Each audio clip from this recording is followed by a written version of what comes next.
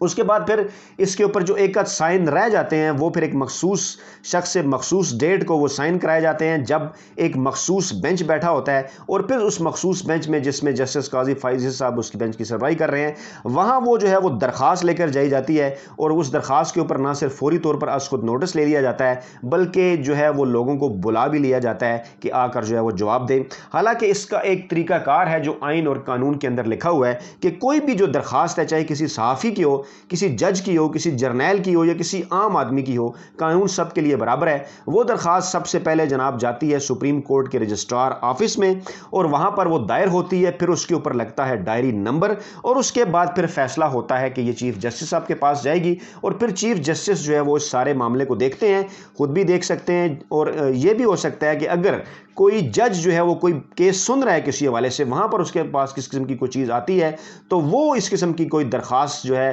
وہ پھر chief justice صاحب کو بھجوا سکتا ہے، ان سے یہ درخواست کر سکتا ہے، ان کو یہ تجویز دے سکتا ہے کہ وہ اس حوالے سے از خود نوٹس کی کارروائی کریں، تو پھر چیف جسٹس آف پاکستان از خود نوٹس کی کارروائی کرتے ہوئے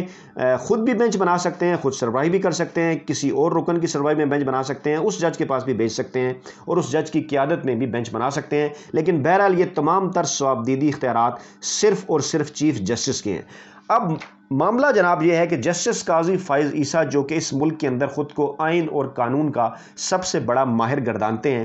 کیا ان کو اس بات کا علم نہیں تھا کہ آئین اور قانون اس حوالے سے کیا کہتا ہے؟ ان کو یقیناً اس بات کا علم تھا کہ یہ معاملہ رجسٹرار سپریم کورٹ کے پاس جاتا ہے، اسی لیے انہوں نے سب سے پہلے اپنے خط کے اندر رجسٹرار سپریم کورٹ کے اوپر بھی اعتراض کیا۔ پھر جناب ان کو اس بات کا بھی پتہ تھا کہ یہ چیف جسٹس کا اختیار ہے، اس لیے انہوں نے ماضی کے چیف جسٹس کے اوپر بھی اختیار کیا، اور موجودہ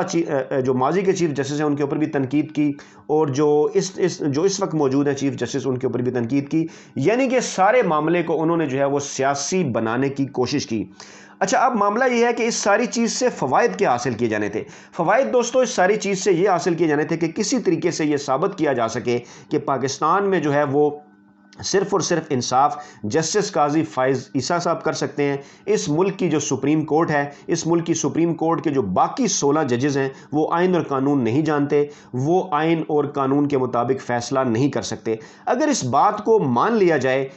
لیکن اس کے باوجود کچھ سوالات ہیں کہ آئین کی تشریح بہرحال سپریم کورٹ نے کرنی ہے، اس کے لیے bench chief justice of Pakistan نے بنانا ہے، اور وہاں پر جو اکثریتی فیصلہ آئے گا وہ سب کو تسلیم کرنا ہے، جیسے میں آج کے بینچ کے فیصلے کو تسلیم کرتے ہوئے پھر اس کے اوپر بات کر رہا ہوں۔ یہ قطعاً میں نہیں کہہ سکتا کسی بھی جمہوری معاشرے کے اندر کہ مجھے اس بینچ کا یا اس عدالت کا فیصلہ منظور نہیں ہے، ورنہ میرے میں، ورنہ جسٹس قاضی فائز عیسی میں، ورنہ اس شخص میں جو فیصلے کو تسلیم نہیں کرتا، اس میں اور ان دہشت گردوں میں کوئی فرق نہیں رہ جائے گا جو کسی عدالت کو اور کسی قانون کو نہیں مانتے۔ کیا اس طرح سے ملک میں جنگل کا قانون نافذ نہیں ہو جائے گا کہ اگر آپ کسی عدالت کے فیصلے کو تسلیم نہ کریں، کسی جج کے، کسی جو ہے چیف جسٹس کے فیصلے کو تسلیم نہ کریں، اور خود یہ سمجھ لیں کہ جو بات میں کر رہا ہوں وہ درست ہے اور باقی سارے غلط ہیں؟ نہیں جناب، پروسیجر ہوتا ہے، آئین ہوتا ہے، قانون ہوتا ہے، چیزیں کسی نہ کسی اصول اور ضابطے کے تحت چلتی ہیں۔ کل اگر جسٹس قاضی فائز عیسی کی طرح کوئی اور جج یا کوئی اور جج کے علاوہ کوئی صحافی یا کوئی جرنیل یا کوئی سیاستدان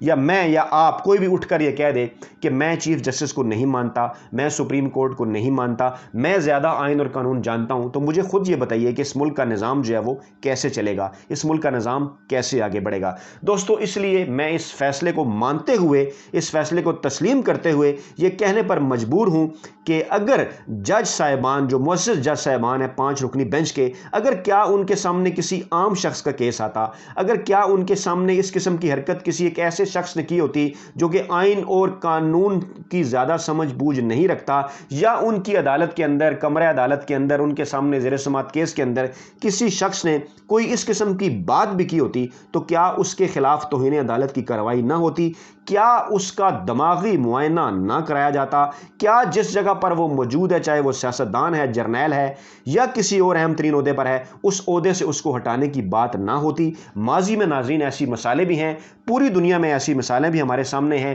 اور میں آپ کے سامنے 3 سوالات چھوڑے جا رہا ہوں کہ کیا جسٹس قاضی فائز عیسی نے آئین سے انحراف نہیں کیا؟ اور کیا جو شخص آئین سے انحراف کرتا ہے اس کا دماغی معائنہ نہیں ہونا چاہیے؟ پوری دنیا میں یہ مثال موجود ہے۔ کیا اس کے خلاف توہین عدالت کی کارروائی آگے نہیں بڑھانی چاہیے؟ اور کیا اسے نااہلی کی سزا نہیں دینی چاہیے؟ اور آخر میں پھر ایک سوال کہ کیا قاضی حضرات قاضی سے مراد یہاں پر جج ہے، برادر جج حضرات اپنے ایک دوست قاضی کو سزا دیں گے، اپنے ایک دوست قاضی کے حوالے سے آئین اور قانون کے مطابق فیصلہ کریں گے، کیونکہ ایک عام شخص کے اوپر اگر آئین اور قانون لاگو ہوتا ہے تو یقیناً ایک جج کے اوپر تو سب سے پہلے آئین اور قانون لاگو ہوتا ہے، کیونکہ اگر میں انصاف کی بات کرتا ہوں، کیونکہ اگر میں احتساب کی بات کرتا ہوں، اگر میں کسی کے احتساب کی بات کرتا ہوں تو سب سے پہلے مجھے خود اپنے آپ کو احتساب کے لیے پیش کرنا چاہیے۔ ناظرین اپنا بہت خیال رکھیے گا، دعاؤں میں یاد رکھیے گا، نئی ویڈیو کے ساتھ جلد آپ کی خدمت میں حاضر ہوں گے۔ اللہ نگہبان۔